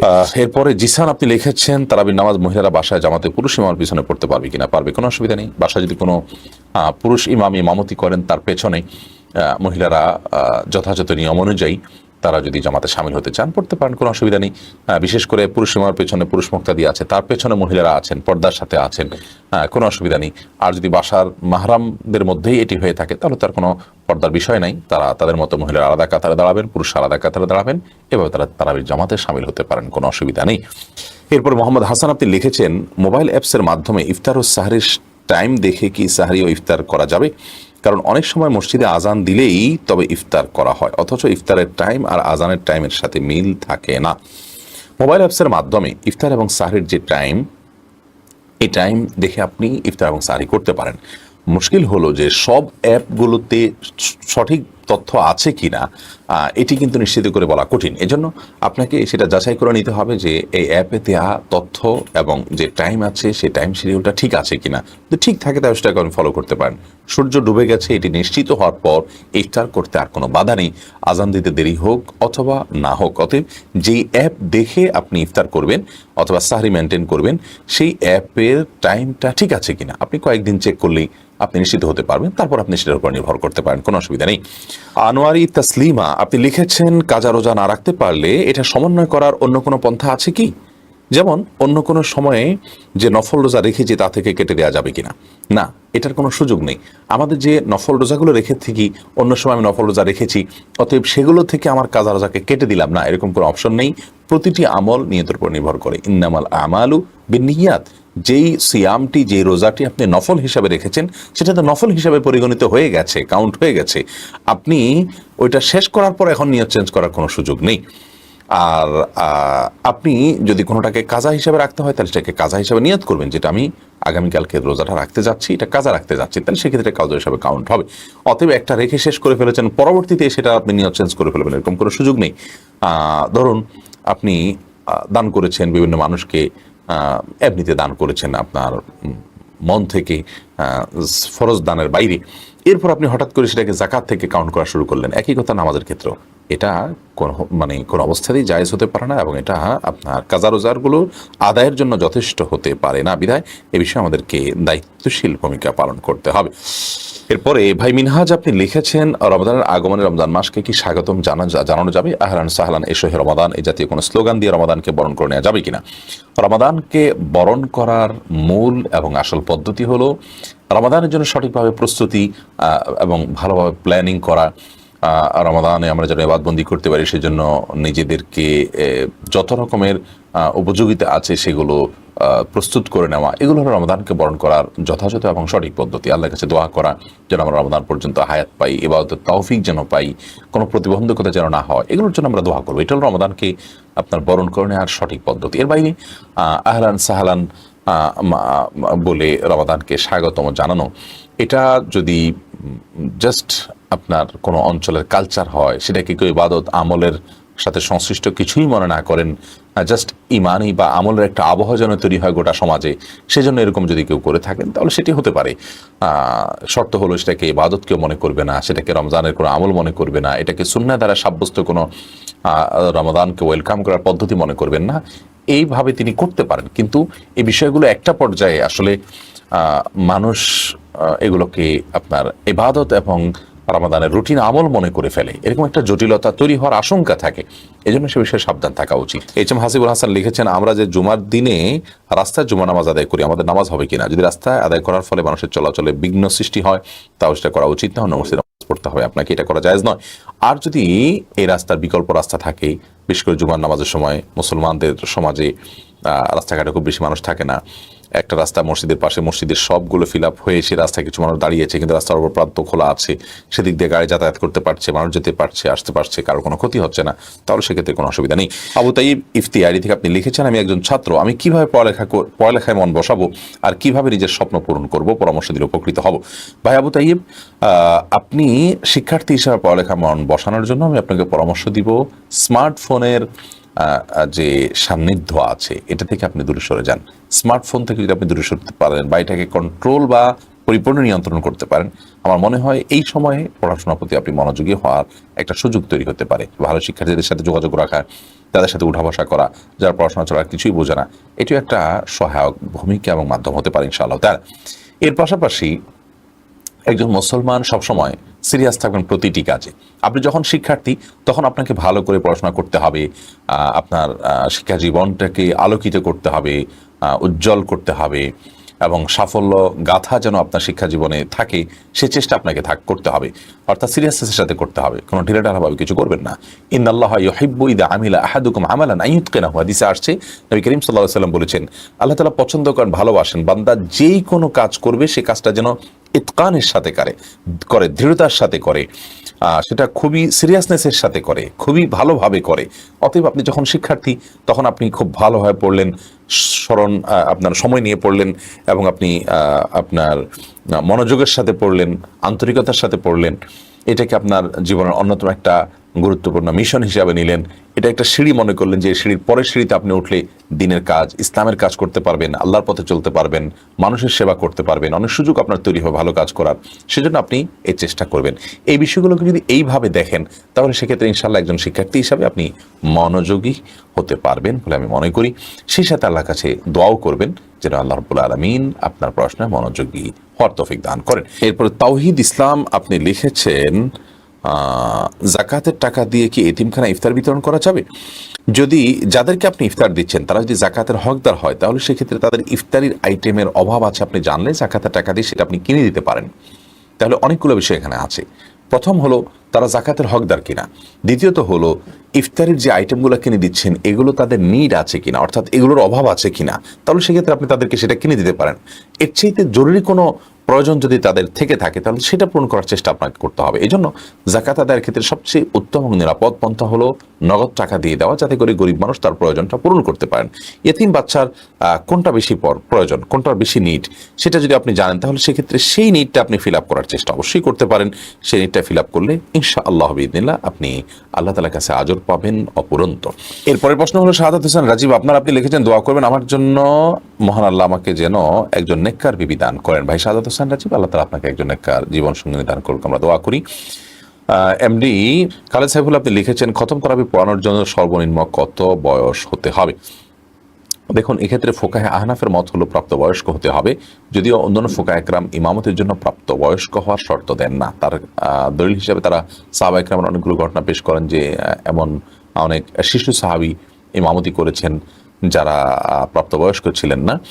তো তার উপর ভিত্তি করে বলেন যে তারা এটা জায়েজ হবে, বিশেষ করে যখন তার মধ্যে হিতাহিত জ্ঞান থাকবে, সে যখন মুমাইয়িজ থাকবে, অর্থাৎ সে একেবারে আপনার ছোট শিশু হবে না, বরং বালক পর্যায়ের হবে, তখন সেক্ষেত্রে তার পিছনে নামাজ পড়া জায়েজ বলেছেন অনেক ফোকায়ে একরাম। বাট ফোকায়ে হানাফ বা আমাদের দেশের বেশিরভাগ মানুষই হানাফি মাযহাব, হানাফি থট ফলো করে থাকেন। হানাফি মাযহাব উলামা একরাম অবশ্য এই মতটির বিপরীত মত পোষণ করে থাকেন। এক্ষেত্রে যে সমস্ত হাদিসে বলা আছে যে ওই যে শিশু সাহাবী জামাতের কথা, সেক্ষেত্রে তারা বলেন যে এটা হয় তারা নিরুপায় ছিলেন, তাদের মধ্যে জানার মতো কেউ ছিল না, বা অন্য অনেক যুক্তি এবং অনেকগুলো ব্যাখ্যা তাদের কাছে আছে এই প্রসঙ্গে। এমডি সিফাত হোসেন আপনি লিখেছেন আমার ইচ্ছা অসহায় বা গরিবদের সাহায্য করা। এই দেশে তো সৎ পথে বেশি টাকা ইনকাম করা যায় না, আমি অসহায়দের দান করার উদ্দেশ্যে অসৎ পথে টাকা ইনকাম করলে কি গুনাহ হবে নাকি সওয়াব পাবো?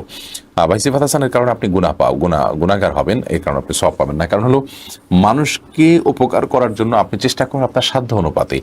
আল্লাহ তাআলা আপনাকে যদি সহায় সম্পদ দেন আপনি চেষ্টা করবেন, আর যদি না হলে আপনি আপনার যতটুকু সাধ্য আছে ততটুকু করবেন। আপনি নিজের উপরে প্রেশার নিয়ে আপনি হালাল হারাম বাজ বিচার করা ছাড়া যদি করেন তাহলে সেক্ষেত্রে আপনি গুনাহগার হলেন। মানুষের উপকার করাটা বেশিরভাগ ক্ষেত্রে আপনার আমার জন্য নফল পর্যায়ের, কিন্তু এই যে হারাম উপার্জন করছেন সেটা কিন্তু আপনার জন্য নিষিদ্ধ এবং হারাম পর্যায়ের, বিধায় এ ধরনের হারাম কাজ থেকে আমাদেরকে বেঁচে থাকতে হবে। সাব্বির খান আপনি লিখেছেন, মাঝে মধ্যে ঘুমের কারণে ফজরের নামাজ মিস হয়ে যায়, তখন কি করব? ঘুমের কারণে হঠাৎ কালে ভদ্রে মিস হয়ে যেতে পারে নামাজ, তাহলে সেক্ষেত্রে যখন ঘুম ভাঙবে তখন আপনি নামাজ পড়ে নেবেন, কিন্তু নিয়মিত যদি এরকম হয় তা সেটা দোষণীয়। আবু বকর আপনি লিখেছেন, আপনাকে এত প্রশ্ন করি কিন্তু আপনি উত্তর দেন না, আমার খুবই মনে কষ্ট লাগে। ভাই আবু বকর, এই মন্তব্যটা যদি আপনার প্রশ্ন থাকতো তাহলে হয়তো আমরা উত্তর দিতে পারতাম, আমাদেরকে মাফ করবেন। অনেক সময় খুব কমন প্রশ্ন যেগুলো বারবার আমরা উত্তর দিচ্ছি সেগুলো উত্তর আমরা অনেক সময় এড়িয়ে যেতে হয়, কারণ এই প্রশ্নের উত্তর আমরা ইতিপূর্বে বারবার দিয়েছি। একটু সার্চ করলে আপনি পেয়ে যাবেন। বিশেষ করে আমাদের IQA ইসলামিক প্রশ্ন উত্তর নামে একটা ফেসবুক পেজ আছে, একটা ইউটিউব চ্যানেল আছে, সেখানে খুঁটিনাটি সব প্রশ্নগুলো উত্তর কেটে কেটে দেওয়া হচ্ছে। এই লাইভের প্রশ্ন উত্তরগুলোও কেটে কেটে সেখানে দেওয়া হয়। অতএব আপনি সেখানে সার্চ দিলে আপনার প্রশ্নের উত্তর পেয়ে যাবেন। একটু কষ্ট করে সেখানে সার্চ দেওয়ার চেষ্টা করবেন। এর বাইরে যদি মনে হচ্ছে তারপরও পাননি, আপনি প্রশ্ন করবেন, আমরা উত্তর দেওয়ার চেষ্টা করব। যদিও হাজারো মন্তব্যের মধ্যে কোনোটি মিস হয়ে গেলে সেটা আমাদের দুর্বলতা, সেটা আমাদের ত্রুটি এবং সীমাবদ্ধতা, আমাদেরকে মাফ করবেন। রিমা আক্তার আপনি লিখেছেন, আমার বোন হাই স্কুলে পড়ে, ওখানে ওযুর তেমন কোনো ব্যবস্থা নেই, এক্ষেত্রে জোহরের নামাজটা কি তায়াম্মুম করে পড়া যাবে? না, ওযুর ব্যবস্থা নেই বলতে আপনি কি বোঝাতে চাচ্ছেন? টয়লেটে কি পানি নেই? তাহলে সে পানিতে আপনি উজু করে ফেলবেন, যে কোনোভাবে আপনাকে উজু করতেই হবে। পান করার পানিতে থাকে, এটা দিয়ে আপনি উজু করে ফেলবেন। তায়াম্মুম তো তখন যখন পানির কোনোভাবেই সংগ্রহ করতে পারেন, পানি তো আছে, হয়তো অজুর জন্য উপযোগী পরিবেশটা নাই, সেটি আপনি বলতে পারেন। বিধায় এটুকু অজুহাতের ভিত্তিতে আপনি তেমন করতে পারবেন না। প্রমাণ আক্তার আপনি লিখেছেন, ফিলিপাইনে আরবি শিক্ষক সচরাচর পাই না, অনেক খুঁজেছি। বাচ্চার বয়স 4.5 বছর, আমার কাছেও পড়তে বসতে চায় না। মুখে মুখে এমনি সূরা ইখলাস, সূরা নাস, সূরা ফালাক আরও কিছু সূরা শিখিয়েছি, কিন্তু নিয়মিত পড়াতে কি কি করতে পারি, কিছু পরামর্শ দিবেন। বর্ণমানা আক্তার, অনলাইনে অনেকগুলো কার্টুন টাইপ অথবা আপনার অ্যানিমেশন ভিডিও টাইপ আপনার ক্লিপ আছে, কিছু কিছু আছে টাকা দিয়ে কিনতে হয়, কোর্সগুলো আপনি কিনে নেবেন। বাংলায় বোধহয় তুয়ুরুল জান্নাহ এই নামে একটা প্রতিষ্ঠান আছে, তারা আমি জানি যে এই ধরনের কোর্স তারা বিক্রি করেন বাচ্চাদের জন্য, এবং বাচ্চাদের উপযোগী একটু বিনোদনের ছড়াচড়া জানার সেক্ষেত্রে সুযোগ আছে। ইংরেজিতে নিশ্চয়ই অনেকগুলো আছে, অ্যারাবিকে তো আছেই, আমি দেখেছি, সেগুলোর মাধ্যমে আপনি এটি করতে পারেন। বাচ্চার পড়াশোনা, বিশেষ করে দিনই চেতনা তৈরিতে বাধা যদি হয়, তাহলে সেই পরিবেশ ত্যাগ করার মতো মানসিকতা এবং স্যাক্রিফাইসের চিন্তা আমাদের থাকা উচিত, যদি সেই লেভেলের হয় যে কোনো উপায় না থাকে। বাকি আজকাল অনলাইনের সুবাদে অনেক কিছু আমরা দূরদেশে বসেও কিন্তু সুবিধা ভোগ করতে পারি, সেই সুযোগটা আমাদের নেওয়া উচিত। শামীমা ইসলাম শক্তি আপনি লিখেছেন, আমার বাবা শারীরিক অসুস্থতার জন্য রোজা রাখতে পারেন না, সেজন্য আমি কি করতে পারি? আপনার বাবা যদি শারীরিক অসুস্থতার জন্য রোজা রাখতে না পারেন, তাহলে দেখতে হবে তার অসুস্থতার লেভেলটা কি ধরনের অসুস্থতা। যদি অসুস্থতাটা এই পর্যায়ের হয় যে তিনি আর এই অসুস্থতা থেকে আরোগ্য লাভ করার আশা খুব একটা করা যায় না, খুবই ক্ষীণ, এরকম যদি হয় তিনি আর অসুস্থ হবেন না, এমনটি মনে হয়, বার্ধক্যজনিত অসুস্থতা যেমন আছে, তাহলে সেক্ষেত্রে তিনি রোজা রাখার ব্যাপারে অপারগ হলে, রোজা রাখার কোনো ক্ষমতা না রাখলে তিনি মারা যেতে পারেন, রোগ অনেক বেড়ে যেতে পারে, এরকম হয়, তাহলে সেক্ষেত্রে তার পক্ষ থেকে ফিদিয়া দিবেন। ওয়ালাল্লাযীনা ইউতিকুনাহু ফিদিয়া, আল্লাহ বলেছেন যারা রোজা রাখতে পারেন না তাদের পক্ষ থেকে ফিদিয়া দিবেন। এই ফিদিয়াটা হলো আপনার ঠিক ফিতরা সমপরিমাণ, এক একটা রোজার জন্য এক একটা ফিতরা, 30টা রোজার জন্য 30টা ফিতরা আপনি গরিব মানুষকে খাদ্য দিয়ে দিবেন, তাতে ইনশাআল্লাহ আপনার বাবার যে রোজার দায় সেটা থেকে তিনি মুক্ত হবেন। আর যদি অসুস্থতা এই পর্যায়ের হয় যে অসুস্থতা সুস্থ হতে পারে, সেই সম্ভাবনা আছে, তাহলে অপেক্ষা করবেন, সুস্থ হওয়ার পর তিনি রাখবেন, না রাখতে পারলে তখন সেই ক্ষেত্রে ফিদিয়া দিবেন। সিরাজ আপনি লিখেছেন, আমার দোকানে 3 লক্ষ টাকার মাল আছে, টাকার কি জাকাত দিতে হবে?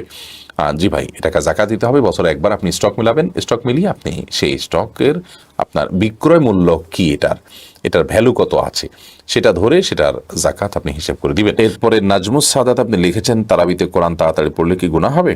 তারাবিতে কোরআন তাড়াতাড়ি পড়লে, এত বেশি তাড়াতাড়ি যদি পড়েন যে আপনার কোরআনের মানে অর্থ বিকৃতির মতো আশঙ্কা তৈরি হয়, তাহলে তো গুনাহই হবে।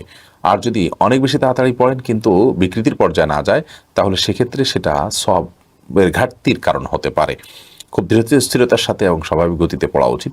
স্বাভাবিক গতি যদি একটু বেশি হতে পারে, কিন্তু অনেক বেশি দ্রুত পড়া উচিত নয়। সম্রাট শাহজাহান এর থেকে আপনি লিখেছেন, ব্যাংকে জমা টাকার উপর কি জাকাত দিতে হবে? ব্যাংকে যে টাকা আছে সেই জমা টাকার উপরে জাকাত আমাদেরকে দিতে হবে, যেহেতু সেই টাকাটা একরকম আমাদের হাতে থাকার মধ্যে যে কোনো সময় আমরা তুলতে পারি। বছর পূর্ণ হলে সেটা জাকাত অবশ্যই দিতে হবে এবং কাউন্ট করতে হবে। এরপরে সোনিয়া আপনি লিখেছেন, আজান চলাকালীন সময় নামাজ পড়া যাবে কিনা? জি, আজান চলাকালীন সময় নামাজ পড়লে নামাজ হবে, কোনো অসুবিধা নেই। একদিকে আজান চলছে, অপরদিকে নামাজ পড়তে পারেন। তবে হ্যাঁ, আজান চলছে এই মুহূর্তে আপনি আজানের জবাব দিবেন, আজানের জবাব দিয়ে তারপর আপনি নামাজ পড়বেন, এটা উচিত। হ্যাঁ, আপনি আগে থেকে নামাজ শুরু করেছেন, এরপর আজান চালু হয়ে গেছে, কোনো অসুবিধা নেই, এতে আপনার কোনো গুনাহ হবে না। অথবা আপনি আজান শোনার পরও যদি নামাজ পড়েন তাতেও আপনার নামাজ হয়ে যাবে, অসুবিধা নেই। অনুতপ্ত বান্দা থেকে আইডি থেকে লিখেছেন, মোহর একসাথে আদায় করা কি জরুরি নয়, কিন্তু আদায় করতে হবে? দুঃখিত, আপনি সম্ভবত কোনো ডিসিশন দিয়েছেন। মোহর একসাথে আদায় করা আবশ্যক নয়, তবে একসাথে এবং শুরুতে আদায় করাটাই হলো উত্তম এবং এটাই হলো সঠিক পদ্ধতি। কোনো কারণে আপনি ভেঙে ভেঙে দিতে চাইলে সেটা স্ত্রী যদি অ্যালাউ করেন আপনি করতে পারেন। এমডি দুলাল তালুকদার লিখেছেন, পৌরসভার পানি পাক পবিত্র হওয়ার জন্য ব্যবহার করা কি জায়েজ আছে? পৌরসভার পানি পাক পবিত্র হওয়ার জন্য কি ব্যবহার করা জায়েজ আছে?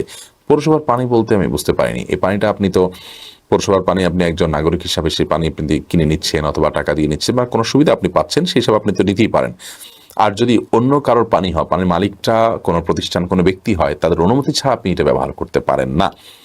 অবশ্যই সেটা ব্যবহার করার জন্য তাদের অনুমতি নিতে হবে, যদিও সেটা আপনার পাক পবিত্রতা অর্জন করার জন্যই হোক। এরপরে নাইমা জান্নাত মুন্নি আপনি লিখেছেন, আগে নামাজ পড়ার দুঃখিত আপনি কোনো প্রশ্ন করেননি। পারভেজ আক্তা কবির আপনি লিখেছেন, জাকাতের টাকা কিছু অংশ কি মসজিদের উন্নয়নের কাজে দেয়া যায়? জাকাতের টাকা মসজিদের উন্নয়নের কাজে কখনোই দেওয়া যাবে না, বরং জাকাতের টাকা এটা গরিবের হক, সম্পূর্ণ গরিবকে দিয়ে দিতে হবে। মসজিদের উন্নয়নের জন্য আপনি সাধারণ ফান্ড থেকে টাকা দিবেন। জাকাতের টাকা মসজিদ, মাদ্রাসা বা এই জাতীয় কোনো উন্নয়নমূলক কাজে জাকাতের টাকা দিতে পারবেন না। জামালউদ্দিন লিখেছেন, নফসের তাওনায় কবিরা গুনাহ করে ফেলি বারবার, কি করব? বারবার তওবা করবেন, আল্লাহ তাআলা তাওয়াব, বারবার ক্ষমাশীল, তিনি বারবার ক্ষমা করে থাকেন, রিপিটেডলি মানুষকে মাফ করেন। অতএব আপনি তাওয়াবের মানেই এটা, যার কারণে যতবার গুনাহ হবে আপনি মাফ চাইবেন এবং আগের যে তওবাটা হবে, পরের তওবাটা আগেরটা যাতে স্ট্রং করার চেষ্টা করবেন, তারপরটাকে আরও স্ট্রং করার চেষ্টা করবেন।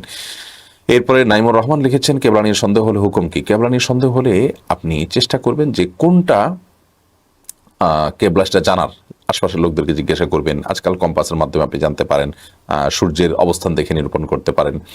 এর কোনোটি যদি আপনার সামনে করার সুযোগ না থাকে, তাহলে সেক্ষেত্রে আপনি অনুমান করবেন যে কোন দিকে হতে পারে, সেটাকে অনুমান করে যেদিকে মন বেশি সায় দিবে সেটাকে কেবলা ধরে আপনি নামাজ পড়ে ফেলবেন। আসগর আলী আবির আপনি লিখেছেন, আমি কীভাবে বুঝবো যে আমি গুনাহগার নাকি নেককার? আল্লাহ তাআলা যে কাজগুলো নিষেধ করেছেন, কোরআনে যেগুলো নিষেধ করা হয়েছে সেগুলো যদি আপনি করেন, সেগুলোর মধ্যে লিপ্ত থাকেন, তাহলে আপনি গুনাহগার। আর যদি সেগুলো থেকে নিজেকে বাঁচিয়ে রাখতে পারেন তাহলে আপনি নেককার ইনশাআল্লাহ বিইذনিল্লাহ। এমডি বিলাল হোসেন আপনি লিখেছেন, রোজা অবস্থায় ভ্যাকসিন নেওয়া যাবে কিনা, কেননা দ্বিতীয় ডোজের সময় রমজান মাসেই। কোনো অসুবিধা নেই ভাই বেলাল, ভ্যাকসিন নিতে পারেন রোজা রেখে, কারণ এই ভ্যাকসিনটা আমাদের পাকস্থলীতে যায় না, এটা খাদ্যের কোনো কাজ দেয় না, যার কারণে এটা নিতে পারেন। এ বিষয়ে কোনো ওলামায়ে কেরামি উল্লেখযোগ্য কোনো ওলামায়ে দ্বিমত আছে বলে আমার জানা নেই। এরপরের প্রশ্ন হলো, রমাদান প্ল্যানারটা আমরা কিভাবে পেতে পারি? প্রিয় দর্শক, রমাদান প্ল্যানার আমাদের আসুন্নাহ ফাউন্ডেশন থেকে রমাদান উপলক্ষে করা অন্যতম গুরুত্বপূর্ণ একটি নিবেদন। এই প্ল্যানারটি আমরা এই জন্যই করেছি যাতে করে আমাদের রমাদান অর্থবহ হয়। অনেক বদভ্যাস আছে যেগুলো আমরা দূর করতে পারি না শুধুমাত্র পরিকল্পনার অভাবে, চাইলে একটু সম্ভব হয়। আবার অনেক ভালো কাজ আছে, কোরআন এবং হাদিস বর্ণিত আমল আছে যেগুলো আসলে করা হয়ে ওঠে না। ধরুন, রাস্তা থেকে কষ্ট দেওয়া কোনো কিছু সরিয়ে ফেলা, এটা গুরুত্বপূর্ণ একটা ইবাদত, এবং এই ইবাদতটা আমরা শেষ কবে করেছি জিজ্ঞেস করলে আমরা বেশিরভাগ মানুষ কিন্তু উত্তরে বলতে পারবো না যে ঠিক কবে আমরা করতে পেরেছি। তো এই আমলটা করা হয়ে ওঠে না, অথচ এটা করতে কোনো সময়, কোনো টাকা পয়সা, কোনো বিশেষ কোনো কসরত পরিশ্রম করতে হবে, ব্যাপারটি সেরকম নয়। এত সহজ একটা আমল আমরা যেটা করতে চাইলে করতে পারি, এটা করছি না, অথচ সেটা ইমানের সাথে সংশ্লিষ্ট, ইমানের অঙ্গ, এমন একটা আমল। তাহলে রাস্তায় ধরুন একটা ঠোঙ্গা পড়ে আছে, সেটা ড্রেনে গিয়ে আপনার পানি জলাবদ্ধতা সৃষ্টি করবে, একটা কলার খোসা পড়ে আছে, একটা ইটের আদলা পড়ে আছে, একটা কাঁটা পড়ে আছে, একটা লাঠি পড়ে আছে, এটা আপনি তুলে একটু সাইডে ফেললেন অথবা যথাযোগ্য জায়গায় নিয়ে ফিরে ফেললেন, তাহলে আপনি একটা আমলের কাজ করলেন, সবের কাজ করলেন, হয়ে ওঠে না। এরকম শত শত আমল আছে। রমাদান প্ল্যানারের মাধ্যমে আমরা প্রতিদিন একটা করে আমল, একটা কর্মসূচি, কোরআন হাদিসের আলোকে এটা আমরা দিয়েছি যাতে করে এটাকে দেখে দেখে আপনি আজকে আমার এই আমলটা আছে, আপনি এটা দেখে দেখে দেখে দেখে দেখে আমলের অভ্যাস যেন গড়ে তুলতে পারেন। ডেস্ক ক্যালেন্ডার সাইজ করেছি এবছর আমরা, যাতে করে প্রতিদিন আপনার চোখের সামনে আপনার আজকের পেজটা থাকে, আজকের এত রমাদান, এত রমাদান আমার করণীয় কি, বর্জনীয় কি, আমার জন্য নির্দেশনা কি, আমি কি করতে পারি, অর্থাৎ নিজেকে একটা আমলে অভ্যস্ত করার জন্য একটা প্রচেষ্টা, সেজন্য আমরা প্ল্যানটা করেছি। এটা আলহামদুলিল্লাহ ইতিমধ্যে আপনারা অনেকে নিয়েছেন। এটা সংগ্রহ করার সবচেয়ে সহজ পদ্ধতি হলো রকমারি আছে, ওয়াফি লাইফ আছে, নাফিওন আছে, অনেকগুলো অনলাইন বুক শপ আছে। এই সমস্ত বুক শপে আপনারা অনলাইনে অর্ডার করতে পারেন। আমাদের আসুন্নাহ ফাউন্ডেশনের যে নতুন ঠিকানা, As-Sunnah foundation verified Facebook page, সেখানে আমরা আজকেই ঠিকানা জানিয়ে দিয়েছি পাবলিকলি, সেখানে আপনারা আসতে পারেন, সেখানে এসে নিতে পারেন। এবং আমাদের পেজে এই প্ল্যানার সংগ্রহ করার জন্য যে সমস্ত পোস্ট আছে সেখানে নাম্বার দেওয়া আছে, সমস্ত নাম্বারে ফোন করতে পারেন, অর্থাৎ বিভিন্নভাবে আপনি এই প্ল্যানার সংগ্রহ করতে পারেন। আমরা বলি রমাদানের এই প্ল্যানারটি আমাদের আত্মীয় স্বজন, বন্ধু বান্ধব, অন্যদেরকে আমরা গিফট দিতে পারি। এটা উত্তম একটা গিফট। আপনার পরিবার পরিজনের 8-10 জন মানুষকে আপনি এই প্ল্যানারটা একটা একটা করে দিয়ে দেন, এর মাধ্যমে তারা আমলের যে কসরত করবে আপনি বিপুল পরিমাণ সওয়াব পাবেন ইনশাআল্লাহ বিইذনিল্লাহ। ইতিমধ্যে অনেকগুলো প্রতিষ্ঠান আমাদের কাছ থেকে এটি নিয়েছেন, তারা তাদের এমপ্লয়ীদেরকে, তাদের ক্লায়েন্টদেরকে তারা দিচ্ছেন এবং এর মাধ্যমে তারা উপকৃত হবেন ইনশাআল্লাহ তাআলা। বিধায় প্ল্যানারটি আমরা ডেস্ক ক্যালেন্ডার হোক আর বুক সাইজের হোক, যেটাই হোক আমরা নিজেরা নেব, অন্যদেরকে দেবো ইনশাআল্লাহ বিইذনিল্লাহ। মসজিদগুলোতে এই প্ল্যানারকে নিয়ে রমাদান চ্যালেঞ্জ আমরা আয়োজন করতে পারি। অনেক মসজিদে হচ্ছে, ধানমন্ডি তাকওয়া মসজিদে হাফেজ মুফতি সাইফুল ইসলাম ভাই করছেন, আমাদের শেখ আব্দুল রহমান সাইফুল্লাহ ভাই তার মসজিদে করছেন, মুফতি হেদায়েতুল্লাহ ভাই নামে একজন আলিম আছেন মিরপুরের বিশিষ্ট মিডিয়া ব্যক্তিত্ব, তিনি করছেন, আর অনেক ওলামা ইকরাম করছেন। এই প্ল্যানার দিয়ে রমাদান চ্যালেঞ্জের যে প্রক্রিয়াটা, সেটা হলো মসজিদের মুসল্লিদেরকে ঘোষণা দিবেন যারা চান এই প্ল্যানারটা নেন এবং চ্যালেঞ্জ গ্রহণ করেন।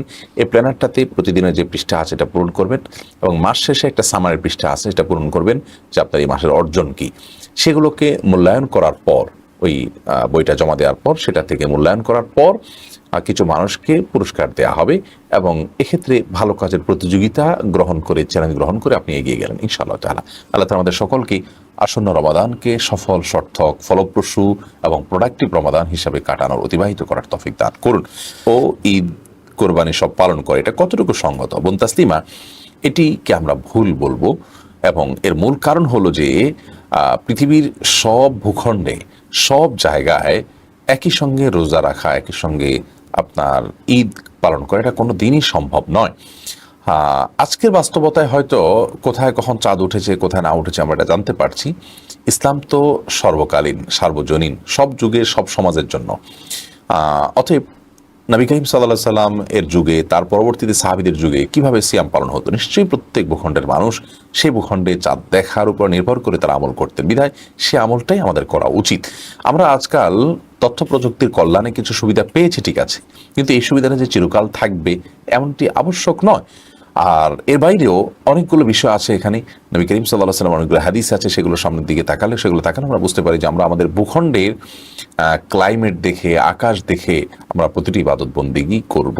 এক্ষেত্রে সৌদি আরবকে ফলো করব না, ফলো করব আমরা চাঁদকে দেখে, ফলো করব আমরা আমাদের আকাশ দেখে, এবং আমরা কি পাচ্ছি না পাচ্ছি এবং কি দেখছি কি না দেখছি, সেই আলোকে আমাদের কি করা উচিত না করা উচিত সেটি আমরা নিরূপণ করব। এটাই হলো সবচেয়ে বিশুদ্ধতর মত। যদিও ফোকা একরামের অনেকেই এটাকে ইখতিলাফে মাতালে বলে, এটার প্রবক্তা অনেকেই, আবার অনেকে বলেছেন না, মাতলা এক, অর্থাৎ চাঁদ যে কোনো জায়গা থেকে দেখা উঠে গেলে সেটা সব জায়গায় দেখা যাওয়া হিসাবে ধরে নেওয়া হবে।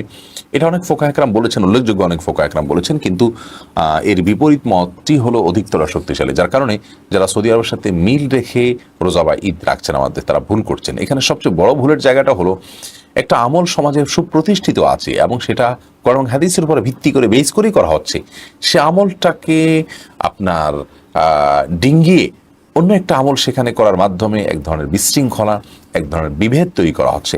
যারা একই দিনে রোজা এবং ঈদ করার প্রবক্তা বা সৌদি আরবের সাথে মিল রেখে ঈদ এবং রোজা করার প্রবক্তা, সে সমস্ত ভাইয়েরা বলেন যে এর মধ্যে ঐক্য সৃষ্টি হবে। মূলত তারা আঞ্চলিক ঐক্যই নষ্ট করে ফেলছেন, যে যেখানে বাংলাদেশে 99% বা তার বেশি সংখ্যক মানুষ আপনার নিজের দেশের চাঁদ দেখে তারা সিয়াম পালন করে থাকেন, এবং এটা ফোকা একরামের মত, ওলামা একরামের ইজতিহাদ এবং গবেষণা, কারণ হাদিসের আলোকে একটি বর্ণনা এরকম রয়েছে যে সুমু ইয়ামা ইয়াসুমুন নাস ওয়া আফতিরু ইয়ামা ইফতিরুন নাস, আও কামা ক্বালা আলাইহিস সালাতু ওয়াস সালাম, যে যখন মানুষরা রোজা রাখে তাদের তোমরাও রোজা রাখবে, মানুষরা যখন ঈদ করে তোমরাও ঈদ করবে। তার মানে তোমাদের এলাকাতে অঞ্চলে মানুষ যখন চাঁদ দেখে রোজা রাখে এটা দেখে তোমরা আমল করবে।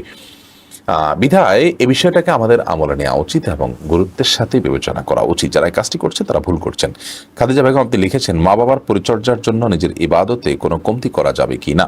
মা বাবার পরিচর্যার জন্য নিজের ইবাদতে যদি কোনো ত্রুটি হয়, কোনো ঘাটতি হয়, তাহলে সেক্ষেত্রে সে ঘাটতিটা যদি নফল ইবাদতে হয় সেটা অবশ্যই মেনে নেওয়া উচিত। কারণ মা বাবার ইবাদতটা এটা অনেক বড় ইবাদতের কাজ, অনেক বড় গুরুত্বপূর্ণ কাজ। বিশেষ করে আপনি যদি তাদের খেদমত না করেন, মা বাবার ইবাদত না, দুঃখিত, মা বাবার সেবা, আপনি যদি মা বাবার সেবা করতে কোনো প্রকার ত্রুটি বিচ্ছুতি করলে সেক্ষেত্রে তারা যদি ক্ষতিগ্রস্ত হন বা তাদের আর খেদমত করার কোনো বিকল্প না থাকে, তাহলে অবশ্যই আপনার নফল ইবাদতের সাথে সেটাকে অগ্রাধিকার দিতে হবে। কিন্তু ফরজ ইবাদতের সাথে আবার মা বাবার খেদমতের কোনো তুলনা চলবে না।